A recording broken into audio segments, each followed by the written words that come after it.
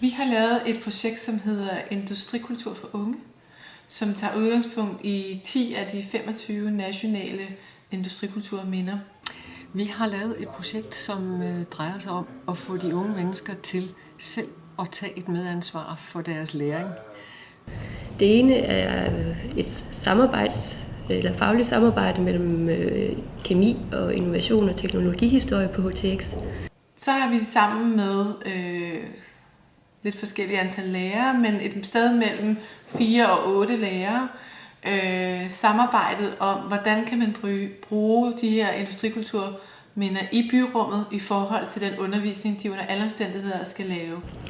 Og det andet, det er et undervisningsforløb i historie for 3.G på STX, som handler om Herning, tekstilbyen i velfærdssamfundet.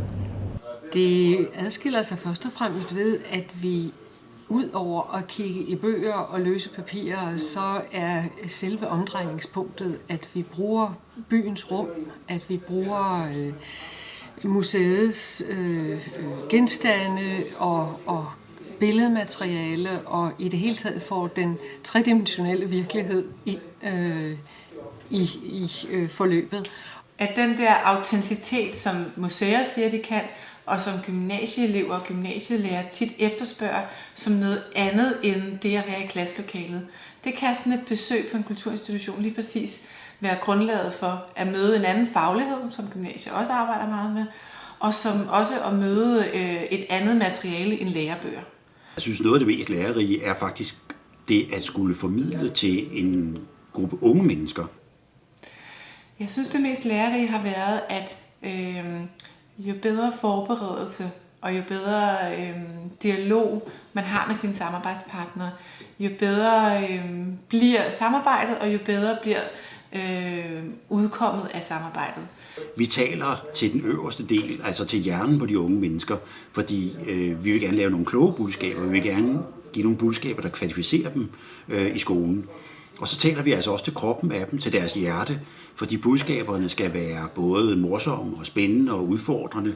Og så taler vi også til deres ben, fordi det, der er hele ideen her, det er, at de støvede museumsmennesker kommer ud af deres museer, og lærerne kommer ud af de støvede skoler, og eleverne kommer væk fra de varme klasselokaler. Så vi mødes ude i byrummet, og der tager vi udfordringen med industrikulturen op. Det har betydet, at de forløb, som er kommet ud af projektet, det er nogle, de rent faktisk vil bruge igen.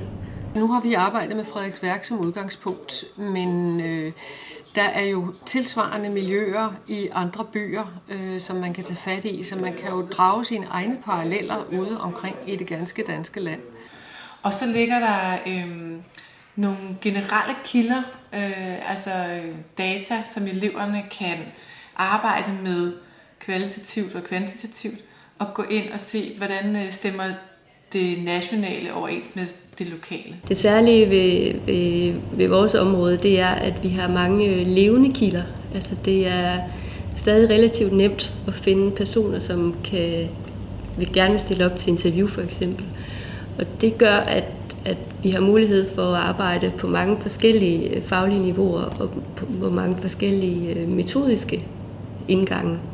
Det er jo ikke bare et projekt, der drejer sig om industrikulturen i Frederiksværk. Det her er jo dybest set et projekt, der drejer sig om industrikulturens formidling i hele Danmark.